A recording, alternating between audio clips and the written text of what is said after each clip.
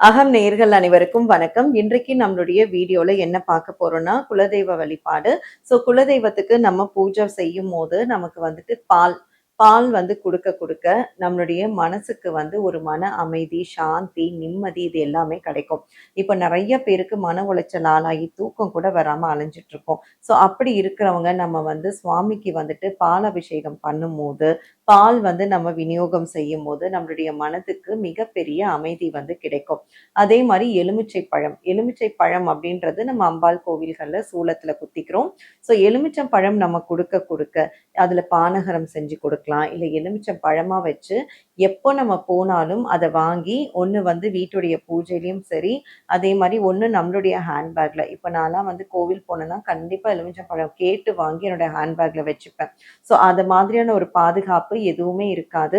அவர் அப்பேற்பட்ட ஒரு பாதுகாப்பு நமக்கு குடுக்கக்கூடியது அந்த எலுமிச்சை பழம். அதே மாரி நெறைய பேருக்கு கண் திருஷ்டியும் இருக்கும். அப்படி கண் திருஷ்டியில இருக்கிறவங்களுக்கும் இந்த எலுமிச்சை பழத்த நம்ம வச்சுக்கும்போது, அந்த கண் திருஷ்டியிலருந்து நமக்கு ஒரு நிவாரணம் கிடைக்கும். அதே மாதிரி மஞ்சள் குங்குமம். மஞ்சள் குங்குமம் நம்ம எவ்வளோக்கு எவ்வளோ கோவில்களுக்கு குடுக்குறோமோ, அம்மனுக்கு குடுக்குறோமோ, சுவாமிக்கு குடுக்குறோமோ, அவ்வளோக்கு எவ்வளோ நம்ம வீட்ல சுப காரியங்கள், மங்கள நிகழ்வுகள் இது எல்லாமே வந்துட்டு நடக்கும்.